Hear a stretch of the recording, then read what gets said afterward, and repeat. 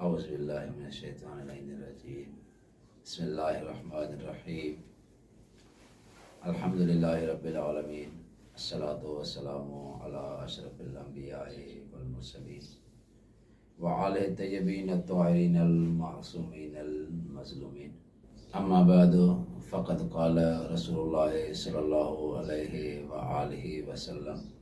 وانفاسکم فیہ التسبیح۔ ناظرین محترم، السلام علیکم ورحمۃ اللہ وبرکاتہ۔ سب سے پہلے حمد و ثنا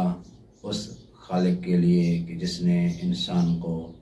سب سے افضل اور اعلیٰ خلق کیا، اور ایسا خلق کیا کہ جس کے خلق کرنے کے بعد خالق کائنات خود پر فخر کرتا ہے، اور قرآن مجید میں ارشاد فرماتا ہے فتبارک اللہ احسن الخالقین۔ اللہ نے اس انسان کو دوسری مخلوقات پر فضیلت عطا کی، اور یہ انسان اللہ سے اتنا غافل ہو جاتا ہے کہ کبھی کبھار تو اللہ کو ہی بھول جاتا ہے۔ اللہ نے اس انسان کو راہ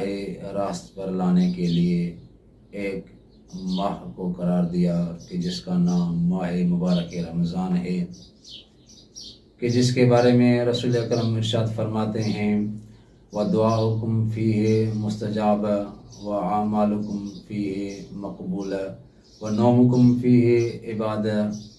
وَأَنفَاسُكُمْ فِيهِ تَسْبِيحٌ، جس کے بارے میں رسول اکرم صلی اللہ علیہ وآلہ وسلم ارشاد فرماتے ہیں کہ اس ماہ مبارک رمضان میں، جو کہ رحمتوں، برکتوں اور مغفرتوں کا مہینہ ہے، اس ماہ مبارک رمضان میں اگر کوئی انسان اللہ تبارک و تعالیٰ سے جو بھی دعا کرتا ہے، اللہ اس کی دعا کو قبول کرتا ہے۔ اور اس ماہ مبارک رمضان میں اگر کوئی انسان کوئی بھی عمل انجام دیتا ہے، اللہ تبارک و تعالیٰ اس کا عمل قبول کرتا ہے۔ بلکہ اس ماہ مبارک رمضان میں سونا بھی عبادت ہے، بلکہ اس ماہ مبارک رمضان میں سانس لینا بھی عبادت ہے۔ یہ ایسا مہینہ ہے کہ جس مہینے کے دن دوسرے مہینوں کے دنوں سے افضل، جس مہینے کی رات دوسرے مہینوں کی راتوں سے افضل، اللہ تبارک و تعالیٰ نے اس ماہ میں ایک ایسی بھی رات قرار دی ہے کہ جو دوسرے مہینوں کی ہزارہ راتوں سے افضل ہے۔ اس ماہ مبارک رمضان کی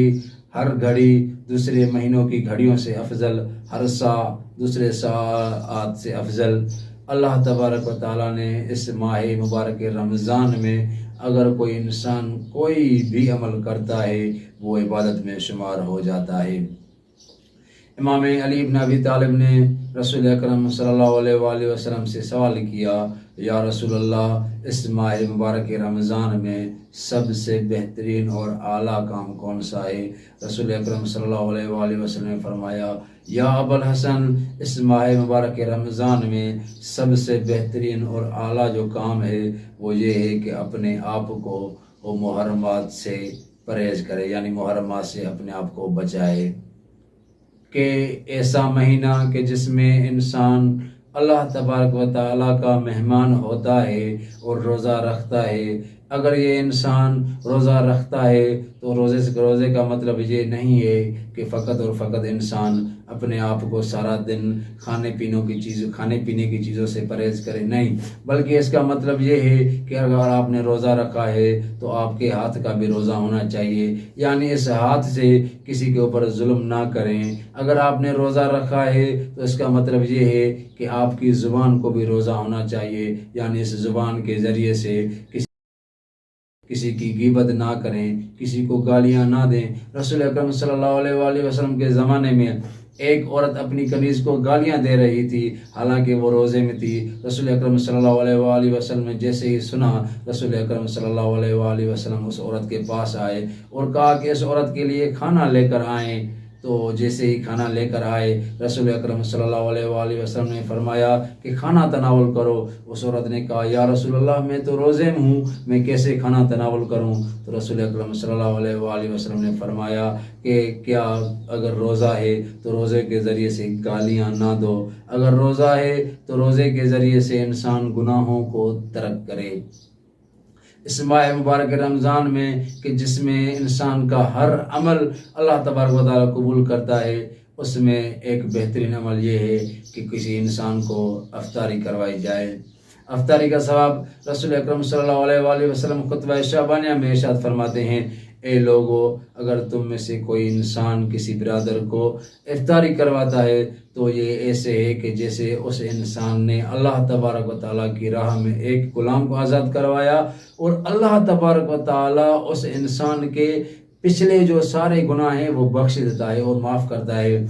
مجمع میں سے کسی نے سوال کیا، یا رسول اللہ، اگر ہم اس پر قدرت نہ رکھتے ہوں، یعنی اگر ہم میں اتنی استطاعت نہ ہو کسی کو افطار کروائیں تو ہم کیا کریں؟ تو رسول اکرم نے ارشاد فرمایا، اگر تم میں اتنی طاقت اور سکت نہیں ہے آپ کو جہنم کی آگ سے بچاؤ، پھر اگرچہ کسی برادر کو افطار کروانا ایک پانی کے گھونٹ کے برابر ہی کیوں نہ ہو، یعنی اگر تم میں سے کوئی انسان کسی برادر کو روزہ افطار کرواتا ہے اور ایک گھونٹ پانی کا پلاتا ہے۔